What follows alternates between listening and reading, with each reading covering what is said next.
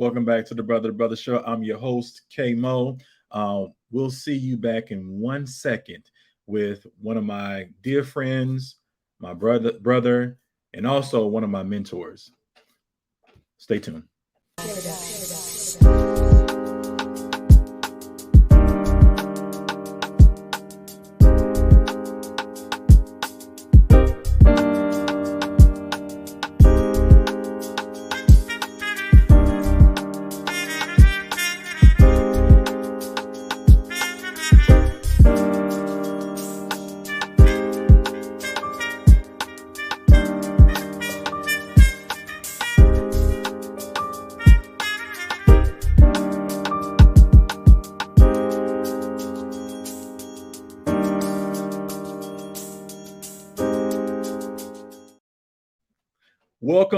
Welcome back to the Brother to Brother Show. I'm your host, K Mo.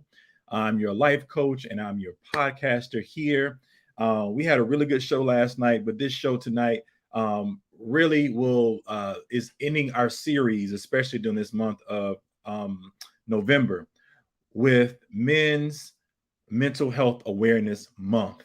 And I chose this gentleman, this young man, to come on with me to wrap this series up, because he's truly in this spirit. He truly does this for a living.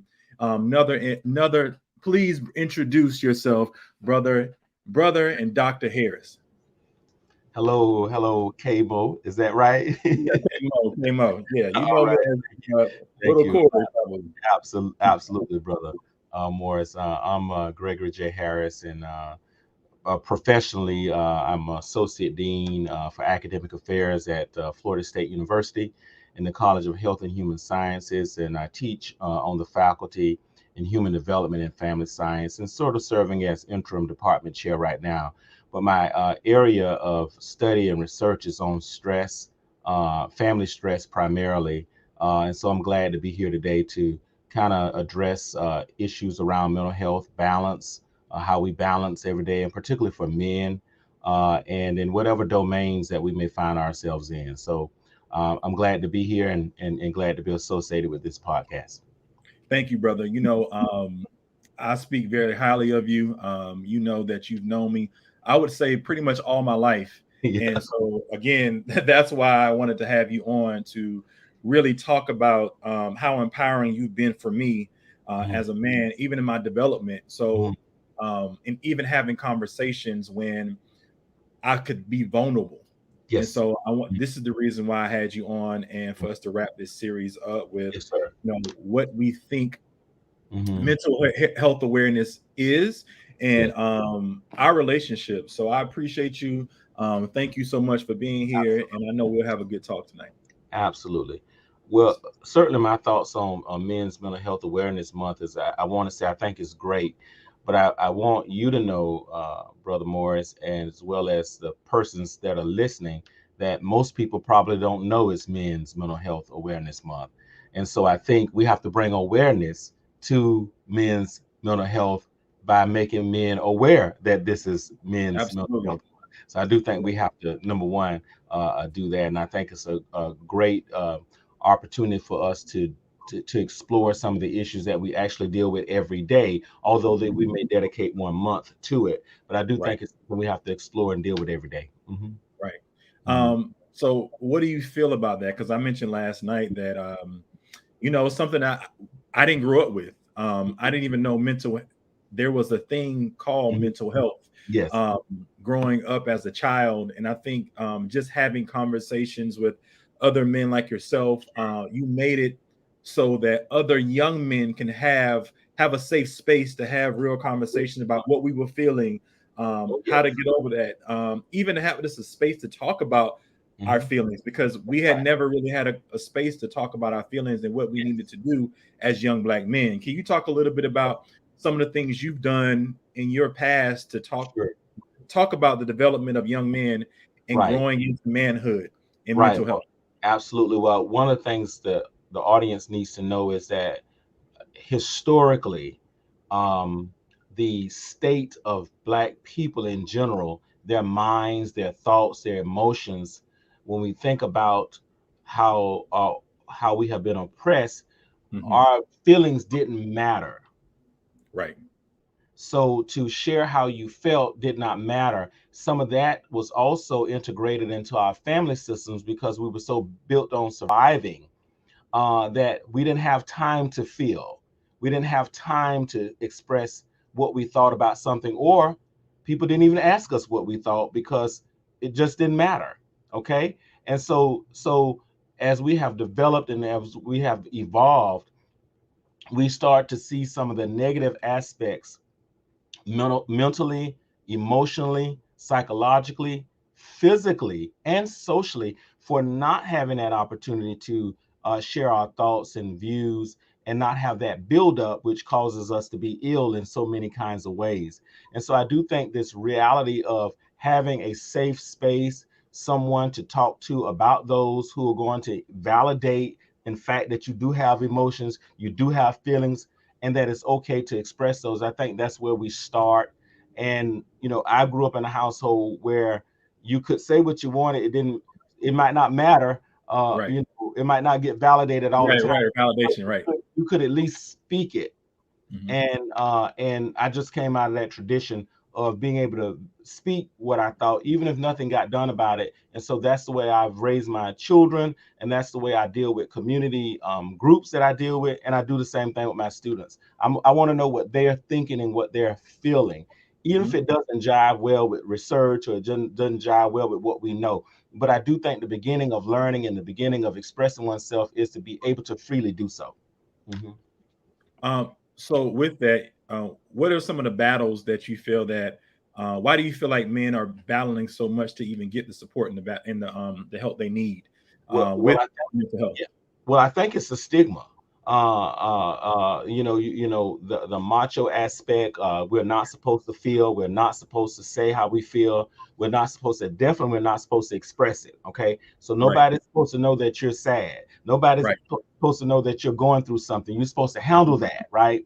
Right. And so that's the misinformation, right? But some of that is cultural too. So we have Yeah.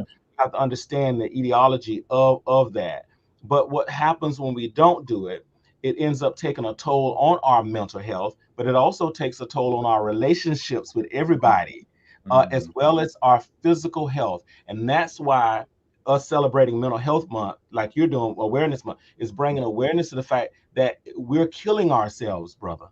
Absolutely. Okay. Yes. Absolutely. Yeah, and I've experienced that with some, like, I've been talking about this month.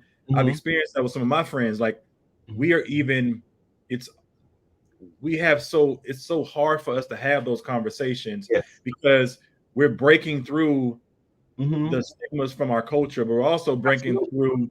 through with men that Mm-hmm. we know that we also know some of the things that they may be going through, but Mm-hmm. it's a sign of weakness. It's a sign of, Yes. hey, Mm-hmm. why do I have to feel? Right. And Mm-hmm. we're going to go into that when we talk about relationships, but Yes.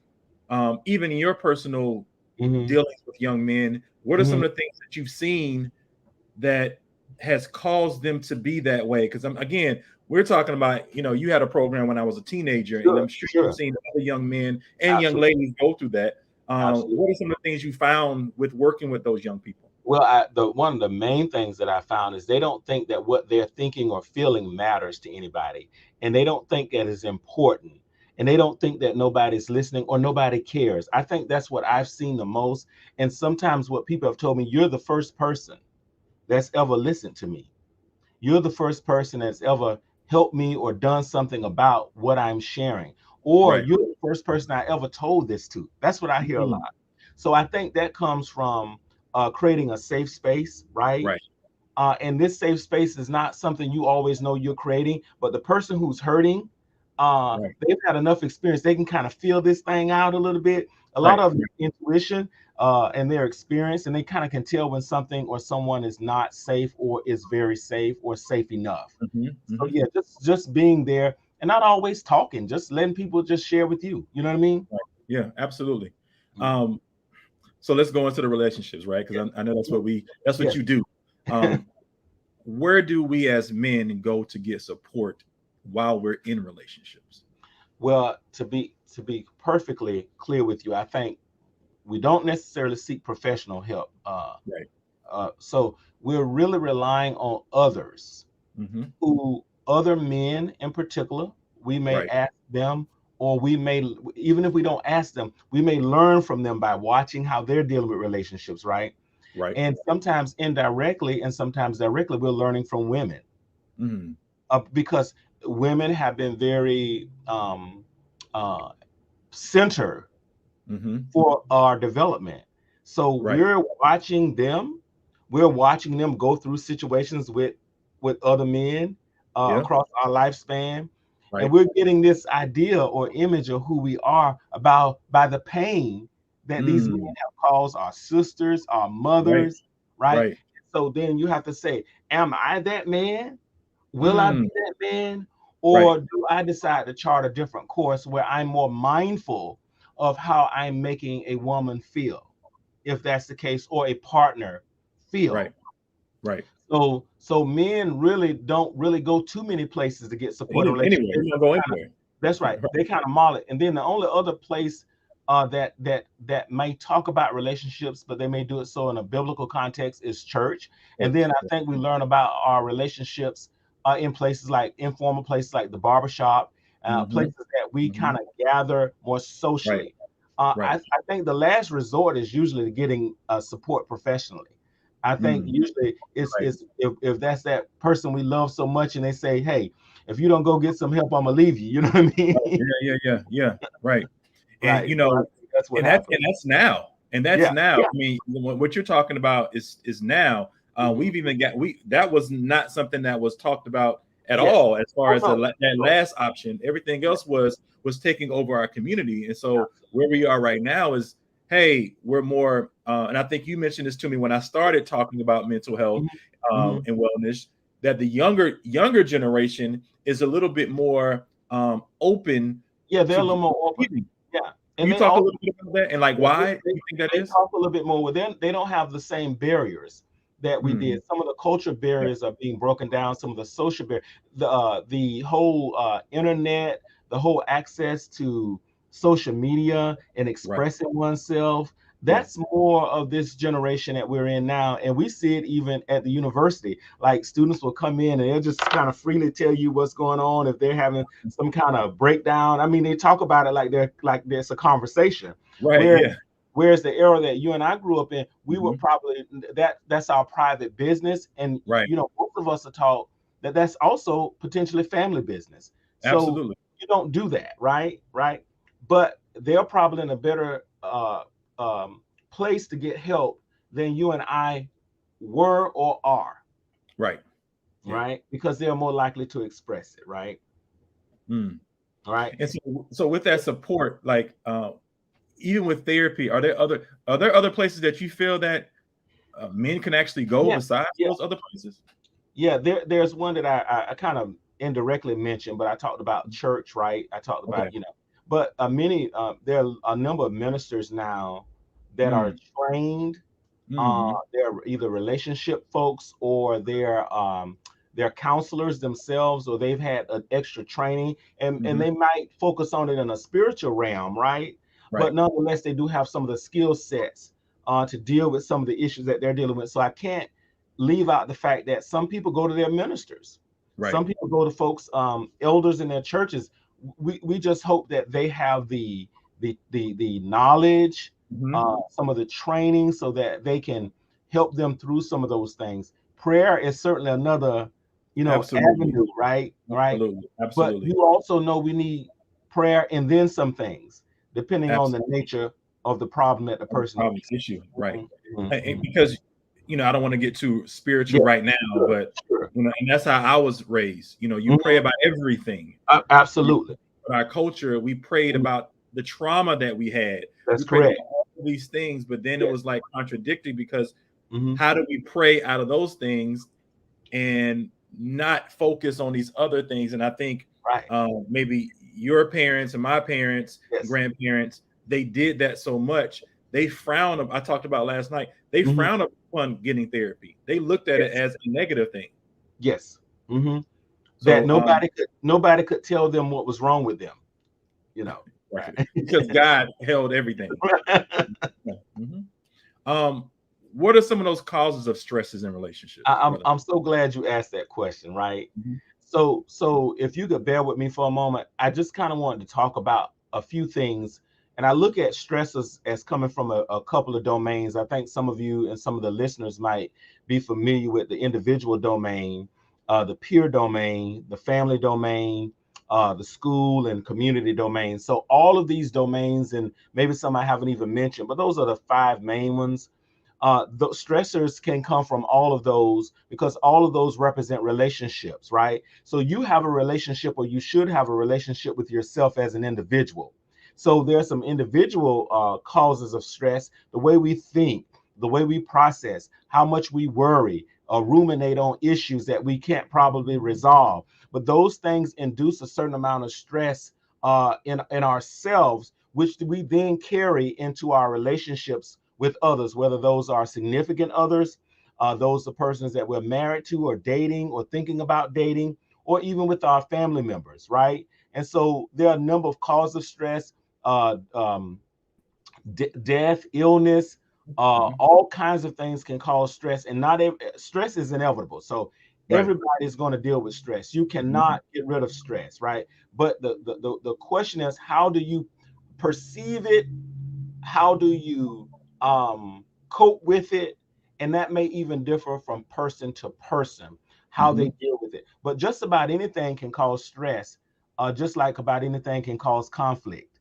Right. Uh, so stress is inevitable to me. Right. Everybody has to deal with it. But when you're dealing with yourself and another person, Mm. that makes stress even more difficult. Right. Okay, even more difficult. But you mentioned once, you mentioned to me, again, you are a married man of many Mhm, years. mhm. And what are some of the things and challenges that you can speak of that you've actually had to deal with as a married man that you Sure, can speak of sure, that you had to get help for? sure. Even though you're in this realm of Mhm, wellness and speaking about mhm. stress and understanding how to deal with it, are there even things that you've had to deal with that can talk about? Yeah, certainly. Uh, who's responsible for what in a relationship, Mhm. in a marriage? It's a old term. It's called division of labor. Mm. Who does what? Who's in charge of what? And so Right. when you add kids to that, children Mhm. to that, it becomes even more stressful and complex. Most people think kids are a joy. I think that they are a joy, but but Right. but children introduce stress Right. to a relationship. Okay. And Mhm. so, how do you manage children? How do you parent them? How do you discipline them? Each of us are coming from different vantage points, different Mhm. backgrounds, and Right. things of that nature. So, that was one kind of area where we might have had some differences in terms of how we Mhm. discipline and how we manage the children. But we certainly worked that out together Mhm. because we have respect for one another, right? Mhm. And we Mhm. value one another. And then Right. there are times when you speak about those things to your partner. Then there's times when you just need to be quiet. And Okay. but I think knowing when to do that Mhm. is wisdom, right? Right. Right. So those for me, just child rearing, finances, Right. because over the course of your marriage, you're at different places at different times in your economic sphere. And so when you have less money and less resources, that Mhm. introduces stress to Yes. the relationship, right? When you have more resources, a better wherewithal to how to manage, you may have some reduced stress, but there may be other issues in the relationship, right? And then the only other one I want to talk about that I think affects a lot of people is how they deal with in-laws and other family members, We're because gonna they touch some nerves right here. yes, absolutely. So when they say that you're marrying the whole family, you're marrying the family. In some ways, you are, because Mhm. everybody has ties to that person in those respective families, and they value them. They want to make sure that they're safe. They want to make sure you're treating them well. And sometimes when those boundaries are too enmeshed and Right. people are too involved with their family, it can encroach on your relationship and Yeah. how you manage. Right. So talk to me. You talked about respect in your relationship, Hmm. and I think that's very important. But talk a little bit about the respect. But even I know that's probably the biggest thing that in which how you were able to get over some of those things. Yes. But can you Yes. talk about any techniques that you might have used or things that you Yeah. all just had to come? Well, Because I know well, you all met at an early. yes. Yeah. You We all met met in at an college. early Yeah. age. So So yeah, how did you we've get been over together some for of a this long stuff? time. Let Mhm. me tell you what the main thing I think is knowing when to open up your mouth and when not to. Okay. Because once something comes out of your mouth, it's Mm, out there. It's mm, hard to take things back, right? So be wise about the things that you say and when you say them to your partner, because it can damage your relationship, not only in the short term, but in the mm. long term, because people hold on to things that you won't even know that they're holding on to that you said 10 years ago. Right. Okay. So I think being mindful and also treating your partner as an adult. Mm, And there's a tendency sometimes in relationships, depending on how people are raised to deal with men and how men are raised to deal with women and vice versa. mm, Sometimes our partners can think we're like their children and we're mm. not, we can treat people like they're beneath us and not with us or on the same level as us, right? And so that's a whole nother podcast about selecting mates and all that kind of stuff. Yeah. Yeah. But I do think respect is so important, and I do think we should talk less and listen more. Talk less and listen more. I do think that. I think I listen a lot. Yes. I listen a lot, and I keep my mouth closed. And don't always feel like when your mate is having a conversation with you that you may or may not agree with, don't be thinking about how you're going to defend yourself, because that's how arguments get worse, right? You're trying to defend yourself. Just listen. You might learn something. Mhm. Even if your mate might not be saying everything just right, just kind of listen. Let them let them diffuse a little bit. Don't try to contradict. Don't try to do a tit for tat. Sometimes silence, sometimes it's the hardest language to understand, sometimes it's best. Mhm. That's just my personal Right. philosophy. Because you can really sometimes people want you to get into a combat with them, right, to justify something. But if people care about each other, let me tell you, that problem will get resolved. Right. Okay. Yeah. Mhm. Yeah. We got one that says yes. Work it out together. Absolutely. Um, and I think that's important. But I think the first thing what you said was so important. You have to build that respect for one Yes. another, and I think you can work anything out. But I think if If, the respect isn't there, if you value someone, right? you will. Yes, Yes. I agree. I agree with you. Mhm. So That don't mean Corey. That don't mean you'll stay together. right? Okay. So let me make that clear. Some people Absolutely. do grow apart, but Yeah. they can still respect one another and listen to one another, right? Mhm, Okay. mhm. Mhm, Let's go into I know you've done research on this type of stuff. mhm, This is who you are. You live this. This is your profession. mhm, But for you as a man, like, mhm, how did you get to this point? What was your aha moment within even getting into this space of mental health and awareness? mhm, Like, mhm, is it something that happened when you were a child that you mhm. worked through? Why did you get Yeah. into what you're doing now? Yes. I think it's been lifelong, and I didn't know it. I think I moved into my area of expertise by just being keenly aware of my surroundings and being keenly aware of what impact that I have on people that I'm around and the impact that I have on them. And I think just being aware that everybody is not like me, everybody may not think the same way I do, everybody might not feel the same way I do, and just valuing the fact that people can be different in within your own family context or even within your own household, and that's fine. That everybody doesn't have to agree on everything. So I think my biggest aha moment was meeting so many different people other than myself through the college experience, just school in general, and just listening and being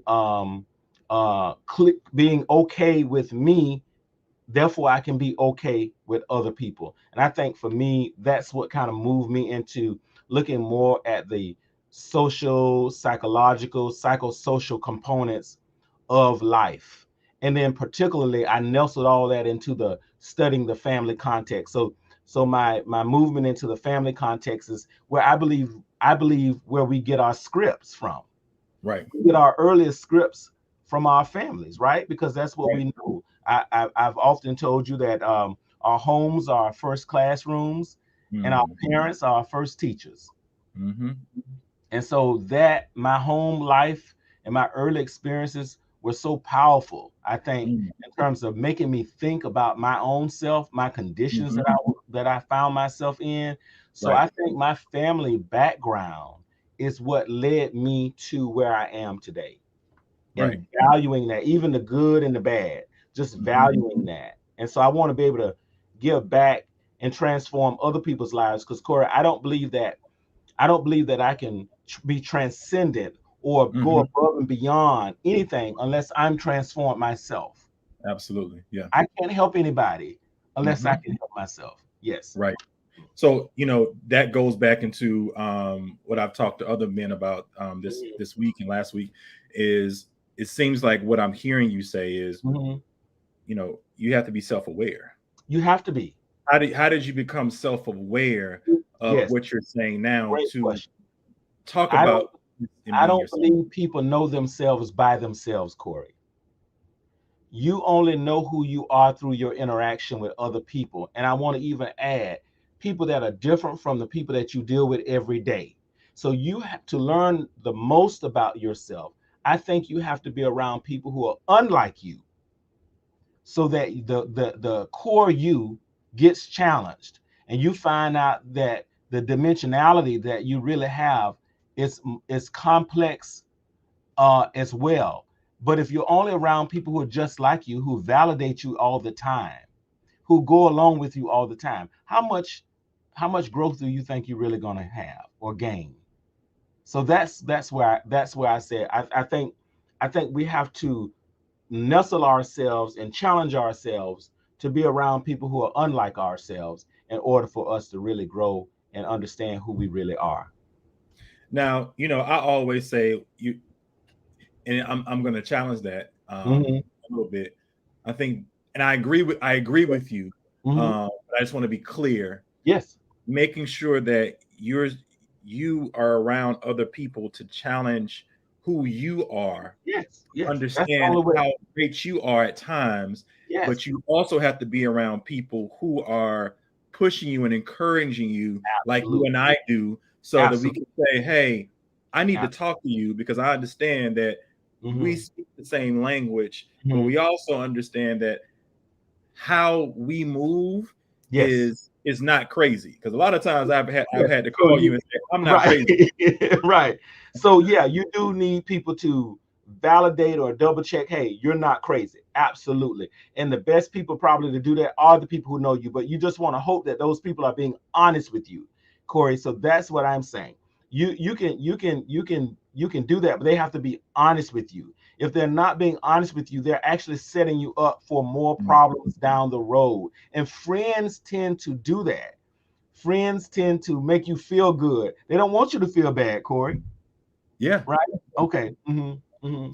Yeah. We are at times when validation is too vital. Like we need to make sure that we are validating ourselves, validating each other, but also Yes. challenging each other. And I feel Absolutely. like those people that you have around you, you must have those people who are going to challenge you Yes. as well as encourage you. That's right. And I think that's one of the things that I try to make sure I keep around are people who are going to Yes. challenge me, which is what you said earlier. I just wanted to Yes. make sure it was clear. Absolutely. Absolutely.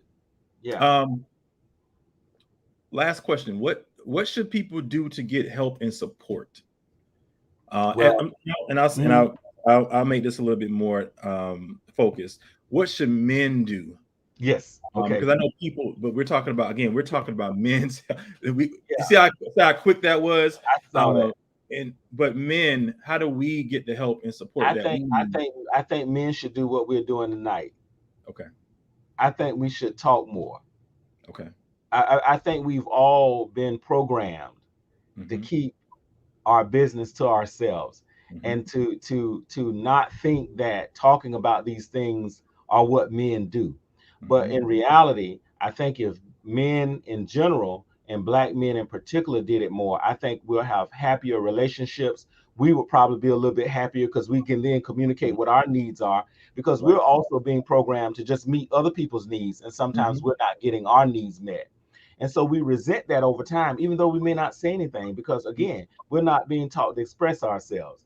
And Absolutely. when we do meet somebody who's expressive, we say they talk too much. Right. Okay. Shout out to Jane. How do you validate others? That's a good question. Yes. How do you go about validating others? I, Yeah. I think it's as simple as sincerely telling someone who's expressing something to you that you know that you understand what they're going through, or you're sorry that they're going through that, and how can you assist them? How can you help them? I think that validates. That doesn't say that you're crazy. That doesn't say that I'm not listening to you. It says that I understand what you're saying, or I can feel what you're saying. Some people may have gone through some similar issues, so they can certainly understand what you're saying. But just that validation can be one or two words. I hear you. I understand you. How can I help? Right. Okay. How can I help? Mm-hmm. So even going, even though you and I have had conversation, I've had to ask you when you've had some tough times over the last couple, Mm-hmm. last couple of months, are you okay? Because I know what is your first thing? I'm okay, brother. I'm good. No, Absolutely. how are you really doing? I need to know. Yes. Yes, you have done that. Yeah, you have Mhm. done that, because the default, again, is I'm fine. Right. Right? Right. Right? Right. Right. But if you probe a little bit more, right? If you don't probe, I'm Right. not sharing. Exactly. Yeah. We need to dig a little bit deeper with each other. Yeah. And I think that's the one thing that I definitely want to talk about, is because we do. A lot of times we're so conditioned to say, I'm good, Yes. I'm good, I'm good, Yeah. because we have so many other things that we have to worry about. We don't That's right. have time to Mhm. sit and say, hey, I'm not good. That's right. And to say I'm not good would require me to disclose and be Mhm. vulnerable. Right. Okay? Right? And then whatever judgment that you may have of me, Hmm. it may interfere with whether or not I even share it with you, or I go into depth with you. So that Hmm. has to be whoever's asking me that question, they Right. have to be somebody that I really trust and like, Absolutely. right? And I Absolutely. have history with, right? Mm-hmm. So I know you've probably had this, but I'm going to put this question back up. Yes. Comment back up. Yes. Challenging a person in a relationship is tough. Like, can you talk a little bit about Yeah. maybe that's a situation you've heard of or Yes. you've had to go through yourself? It's absolutely one of the hardest things to do, I think, when you're in a relationship with somebody, whether you're in an intimate relationship with them or you're in a close friendship. Because again, if you're in a close friendship, you want to help and protect the person. It's hard to tell them the truth. It really Mhm. is, because you're going to worry about losing that friendship. They might get upset with you. But if you're in a relationship with someone, the truth can be even tougher, or challenging them can be even tougher, because you then again, if that's the person you're living with, you're Mhm. raising children with, or Right. you're thinking about, okay, if I open up my mouth, or if I challenge my mate, will they get upset with me? Because people withdraw certain things from you when you Mhm. piss them off. Right. That's emotional support. They can withdraw love, sex. They can withdraw uh, cooking, washing Right. dishes. I mean, Right. people do different things to. It's a passive aggressive way that people try to do this. But so the person is anticipating, okay, what's the cost if I tell this person the truth, Mhm. Mhm. or if I Mhm. challenge this person? So that is a thing that the person has to come up with based on their knowledge of that person and that relationship. That is one of those strategic things you have to know. And you almost have to know when to do it. Maybe at that moment is not Right. the, Right. Right. maybe later. We call Mhm. them teachable moments when we're working with students, Right. or maybe it's another moment when the stress is not so high, the tension is not so high, Right. and the loss of this relationship may not be so high. Right. And maybe you can deal with it in an indirect way. Right. But it is tough nonetheless. But it's a testament to your commitment to that person. So Mm. sometimes you have to be willing to be to get whatever that outcome is Mhm. to make that relationship better. Absolutely. Yes. One of the things that say go back to this same question, you know, we again, I want to say thank you again Yeah. for especially during the times when 90s, 2000s, Yeah. and I want to say even the 80s and in the civil rights movement, we saw a lot of black men Mm-hmm. stepping up and having a voice. We did have Yeah. a voice. It was a Mm-hmm. very masculine voice. Mm-hmm. Sometimes for some, it might have been a toxic voice, right? Yeah. Uh-huh. Because we were still trying to figure out who we were as a people Mm-hmm. in balancing the two. Mm-hmm. But we had a lot of men's groups. Mm-hmm. I know Mm-hmm. I went through that. I know we had Tomorrow's Men, one of the groups my mom founded. We had 100 Black Men. We have small groups here and there, but Mm-hmm. with the feminist movement and um, pushing a lot of the world being more in a female oriented space, Mm-hmm. Mm-hmm. I'm personally feel like we're missing out on some of our young men growing up and Mm-hmm. having those same type of men's groups. Can you I, talk a little bit about why you feel like that is, well, and can we get yes. back to that, or if that's the thing that you feel like Yeah. we need to get back to? Well, I think I think we just may not know where those groups are and how they're operating and under what name they may be operating. I think if the goal is to allow men and young boys a platform to express themselves, I think there are many groups who may be doing that.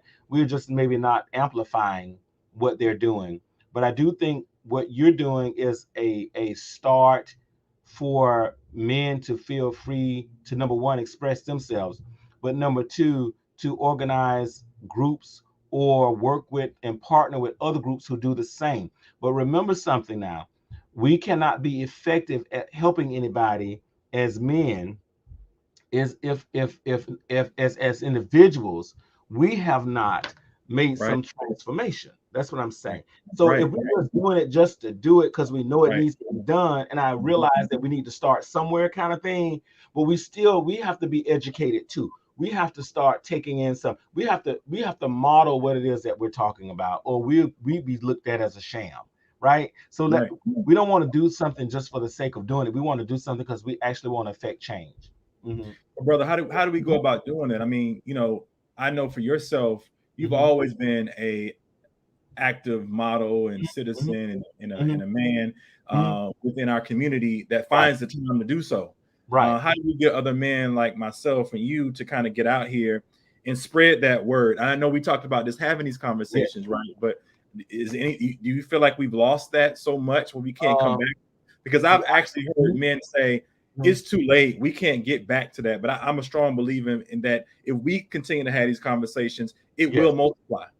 Yeah, I think so. I don't think it's ever too late to do anything to work with someone, particularly put them on a different trajectory. The whole notion that you can't teach people new things is really baloney, because you can.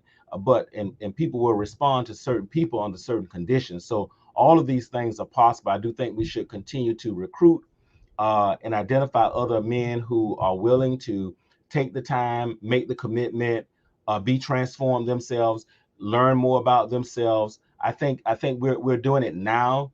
I do it every day. I don't have to necessarily organize a group to do it. I can just do it in the way that I deal with people and how I treat people, Mhm. and how I speak with them, and I can do that one person at a time. Sometimes when people call me and I can hear it in their voice that something is Right. going on, I stop what I'm doing and I go see about them, Mhm. because I don't know what state of mind they're in, but I Mhm. do know that they're not talking to me or sounding to me the way they normally do. Right. So we know that sometimes people are reaching out for help, but we miss the cues, Right. right? Mm-hmm, mm-hmm. Do you think that because the world we live in, we're moving so quickly with Yes, everything, and yes, we have yeah, so many resources, we have yeah. so many different things coming at us now, Mm-hmm. whereas before we didn't have all the information, Yes, and men stopped and had those other yes. conversations with other men. Do you Well, feel like we everybody, didn't have the time? I think everybody's so busy, and Right. I don't think they're that busy. That's how I want to answer that question. That you're not that busy, Mhm. and I know some busy people, Right. And but you're you're not. one of those people. That's right. But I'm here. You see what I mean? Right. Okay. Absolutely. Absolutely. All right. Mm. Um, I just want to, again, I can't find the words to say thank you for our conversation tonight. I mean, it's been very informative to me, and even our listeners and viewers with this conversation. And hopefully we can continue to have this conversation. Absolutely. You can And always like you said, I think that I mentioned last week, you and we used to have these conversations, but I started this because we would just have these conversations. Right, It wasn't enough to have it in a platform where other men, it could reach more people so we can keep talking about it. And so I think that's the reason why it's so important. And even with you giving me the courage and the platform to say, hey, do what you need to do. You know what you need to do. And so somebody said it was in our DNA, and you said that before. I have a duty to go about doing it this way. You do, and I do too. Yeah. So, Brother Harris, Dr. Harris, how can people find you? How can people follow you and see what you're doing? Certainly. I think the best way is on Instagram at Dr. Harris 06. I would love to conversate with folks, and I'll be happy to follow you back if you follow me. That's what they tell me I have to do, when people follow me. So I'm happy to do that. And of course, I can be reached at Florida State. They can also look me up as well. So I'm happy to be of service in any capacity that I can. Continue to do the work that you're doing, brother. Thank you so much. I love you. I know you'll continue to do the work that you need to do to help other young men grow and become men, and share that light that we continuously talk about over the phone and also in person. You've always been there for me, and like you said, we have to stop and have these conversations because they're not being had enough. So thanks so much, listeners, for coming on to the Brother to Brother show. We'll see you next time. Thank you, listeners and viewers, for coming on to the show. You can find us at tomorrowsmen.com, on Facebook at Tomorrow's Men, and on Instagram at Tomorrow's Men. Please click and subscribe to the button below. I'm your host, K-Mo. Until we meet again, know we love you, work with us, be with us, and know we're coming from the heart. Peace.